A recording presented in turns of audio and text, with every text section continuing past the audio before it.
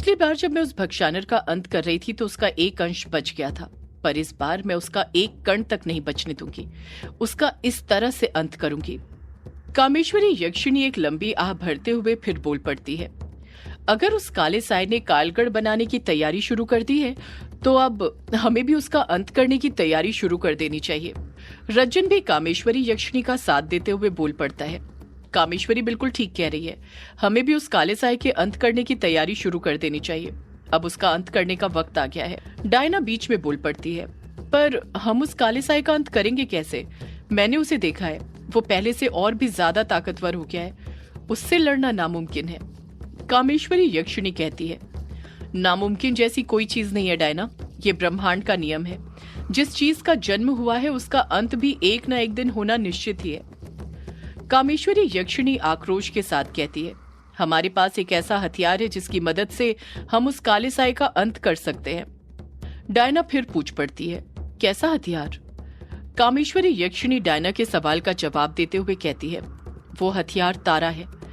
जैसे ही कामेश्वरी यक्षिणी तारा का नाम लेती है, सभी लोग तारा की तरफ देखने लग जाते हैं। कामेश्वरी यक्षिणी के मुंह से तारा का नाम सुनकर वर्चस्विनी के मन में वापस से खौफ जाग जाता है।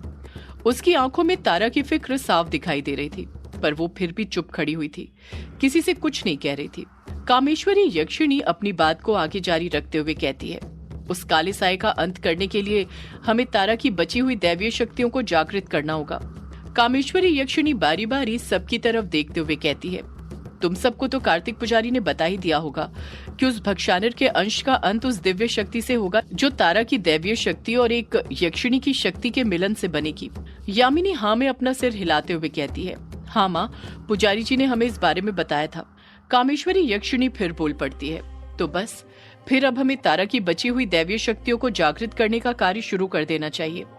वर्चस्विनी ने अपने सारे जज्बात अपने दिल के अंदर दबा कर रखे हुए थे, पर बार बार तारा का जिक्र हो रहा था, जिस कारण वो अपने मन पर काबू नहीं रख पाती है और अगले ही पल घबराहट के साथ बोल पड़ती है, क्या बिना मेरी तारा बेटी को बीच में लाए उस भक्षानर के अंश का अंत नहीं हो सकता है? वर्चस्विनी भावुक होते हुए कहती है, मेरी बेटी अपनी आंखें और आवाज तो वैसे ही खो चुकी है, वो बेचारी और कितना कुछ सहेगी। मैं नहीं चाहती मेरी बेटी को मैं पूरी तरह खो ही दूं। कामेश्वरी यक्षिणी वर्चस्विनी को हौसला देते हुए कहती है, तारा को कुछ नहीं होगा वर्चस्विनी, तुम उसकी फिक्र मत करो, मैं हूं ना तारा के साथ, मैं उसे कुछ नहीं होने दूंगी। वर्चस्विनी तारा की चिंता करते हुए फिर बोल पड़ती है, पर वर्चस्विनी अपनी बात पूरी करती उससे पहले ही कामेश्वरी यक्षिणी फिर बोल पड़ती है, कुछ चीजें पहले से ही लिखी जा चुकी है वर्चस्विनी, तुम खुद सोचो, क्यों उस रात भक्षानर का अंश तारा की पूरी दैवीय शक्तियां नहीं ले पाया?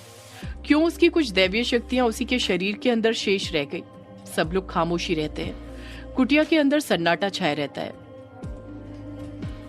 कामेश्वरी यक्षिणी अपनी बात को आगे जारी रखते हुए फिर बोल पड़ती है, क्योंकि नियति में ये पहले से ही लिखा जा चुका था। ये महादेव का इशारा है जिसे हमें समझने की कोशिश करनी चाहिए। वो खुद चाहते हैं उस भक्षानर का अंत तारा के हाथों हो। शायद तारा का जन्म इसीलिए हुआ है। कार्तिक पुजारी भी कामेश्वरी यक्षिणी का साथ देते हुए कहते हैं, आकाशवाणी में भी तारा का जिक्र ही किया गया था वर्चस्विनी बेटी। कामेश्वरी सही कह रही है, तारा का जन्म उस भक्षानर के अंश के अंत के लिए ही हुआ है। वर्चस्विनी अपने दिल पर पत्थर रखते हुए कहती है, अगर महादेव भी यही चाहते हैं तो मैं कौन होती हूँ उनके लिखे को बदलने वाली। आप लोग तारा की दैवीय शक्तियां जागृत कर सकते हो, मैं किसी को नहीं रोकूंगी। इतना कहकर वर्चस्विनी खुद चुप हो जाती है। वर्चस्विनी की ये बात कहते ही कामेश्वरी यक्षिणी तुरंत कार्तिक पुजारी के पास जाती है और उनसे बोल पड़ती है, पुजारी जी, आप शंखरस का ही इंतजार कर रहे थे ना? इसी वजह से आपने मुझे वो यज्ञ नहीं करने दिया था ना, जो मैं तारा की दैवीय शक्ति जागृत करने के लिए करना चाहती थी। कार्तिक पुजारी ने अपने हाथ में इस वक्त शंखरस पकड़कर ही रखा हुआ था।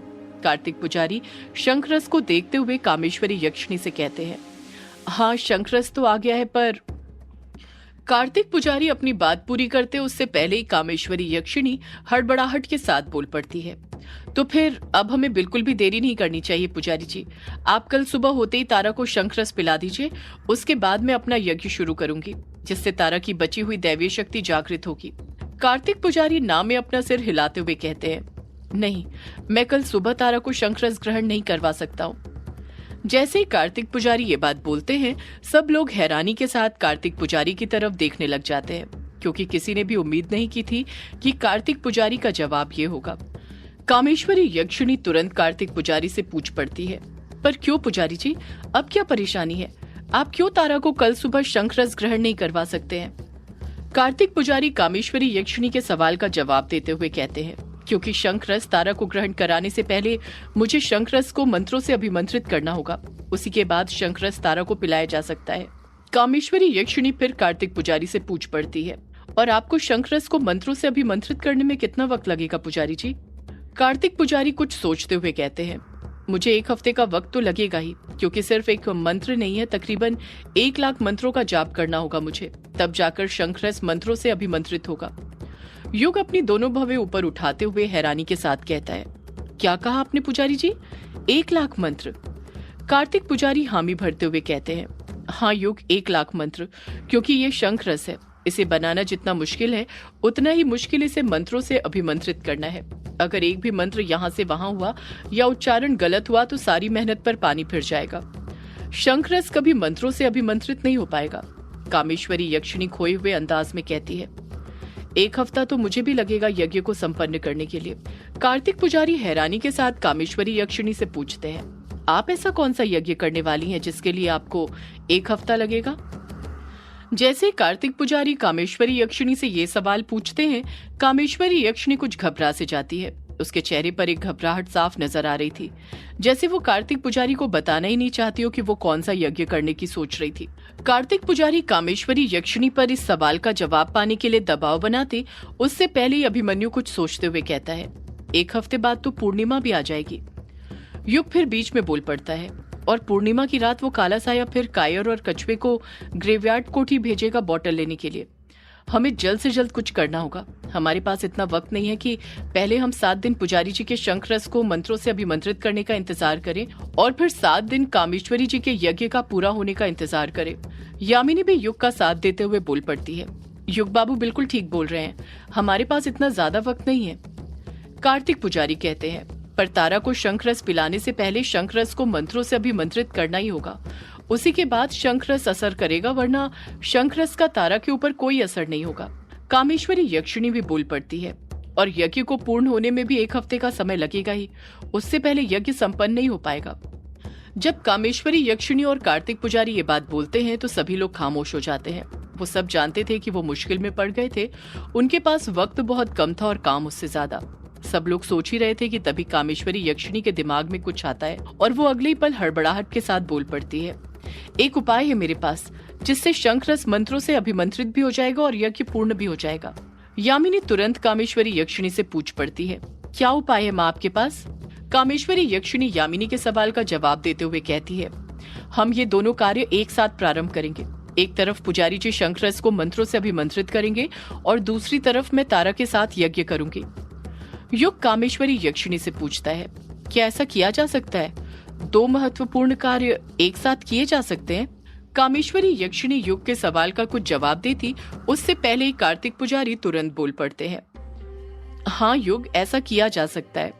कर्मकांड में कहीं ये नहीं लिखा कि 2 कार्य एक साथ नहीं कर सकते, और वैसे भी यहाँ पर एक व्यक्ति कोई 2 कार्य नहीं कर रहा, बल्कि 2 व्यक्ति 2 कार्य कर रहे हैं, वो भी एक ही चीज की प्राप्ति के लिए, और वो चीज है तारा की बची हुई दैवीय शक्ति को जागृत करना। जैसे कार्तिक पुजारी ये बात बोलते हैं, कामेश्वरी यक्षिणी कहती है, तो फिर बस तय रहा पुजारी जी, सुबह होते ही हम दोनों अपने अपने कार्य में लग जाएंगे। यामिनी कामेश्वरी यक्षिणी से कहती है, माँ आप जो भी करे एक बात को ध्यान में रखकर करें कि हमारे पास बस पूर्णिमा तक का ही वक्त है। पूर्णिमा की रात आने से पहले हमें कैसे भी करके तारा की शक्तियां जागृत करनी ही होगी। कामेश्वरी यक्षिणी यामिनी से कहती है, मैं पूर्णिमा आने से पहले पहले ही तारा की शक्तियां जरूर जागृत कर लूंगी। यामिनी बेटी, अपनी माँ पर भरोसा रखो।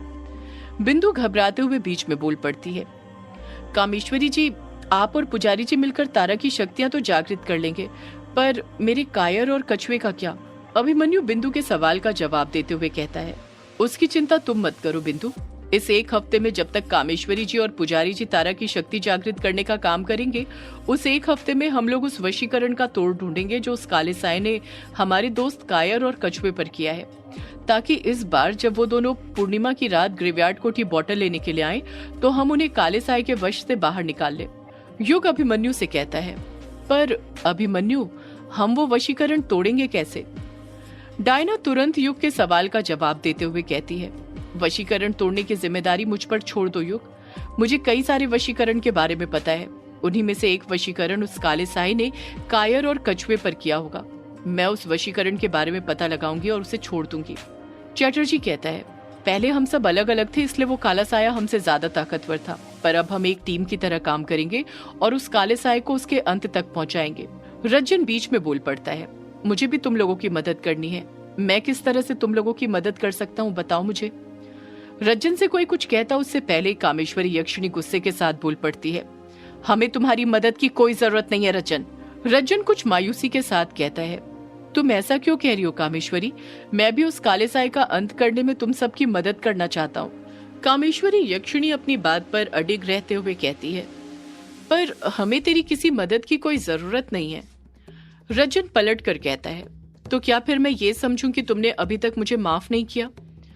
कामेश्वरी यक्षिणी तुरंत पलट कर कहती है, माफ तो मैं तुम्हें अपनी पूरी जिंदगी में कभी नहीं करूंगी रज्जन। तूने एक माँ को उसकी औलाद से दूर किया था और उसकी कोई माफी नहीं है।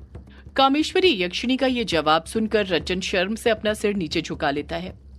मामला और ज्यादा गर्म होता उससे पहले कार्तिक पुजारी रज्जन से कहते हैं, तुम्हें इस तरह मायूस होने की कोई जरूरत नहीं है रज्जन। तुम्हारे लिए भी मेरे पास एक कार्य है जो सिर्फ तुम ही कर सकते हो।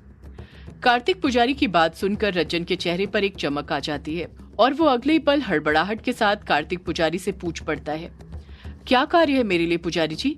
कहिए, मैं कुछ भी करने के लिए तैयार हूँ। मैं बस आप सबके किसी भी तरह काम आना चाहता हूँ। कार्तिक पुजारी रज्जन को उसका कार्य सौंपते हुए कहते हैं, तुम्हारा कार्य ये रहेगा कि जिस वक्त मैं शंखरस को मंत्रों से अभिमंत्रित करूंगा और कामेश्वरी यज्ञ करेगी, उस वक्त तुम्हें ये देखना है कि कोई भी इन दो कार्यों में बाधा न डाले। कार्तिक पुजारी अपनी बात पूरी करते हुए युग की तरफ देखते हुए कहते हैं, अगर कोई बाधा डाले तो तुम्हें उसे रोकना होगा, चाहे वो भक्षानर का अंश हो या फिर भक्षानर का वंशज। कार्तिक पुजारी की ये बात सुनकर युग को गुस्सा आने लग जाता है और गुस्से में उसकी कलाई पर जो ट्रायंगल के अंदर आंख का निशान बना हुआ था वो हल्की सी पीली रोशनी में चमकने लग जाता है।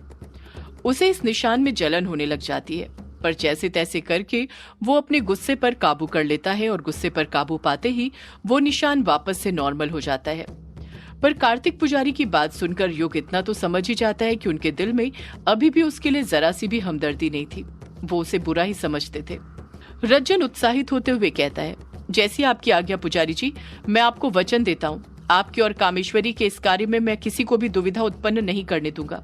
कामेश्वरी यक्षिणी तारा के पास जाकर उसके सिर पर हाथ फेरते हुए कहती है, तारा बेटी, तुम जाकर सो जाओ, कुछ देर आराम कर लो, क्योंकि फिर कल सुबह से ही तुम्हें बहुत काम करना है।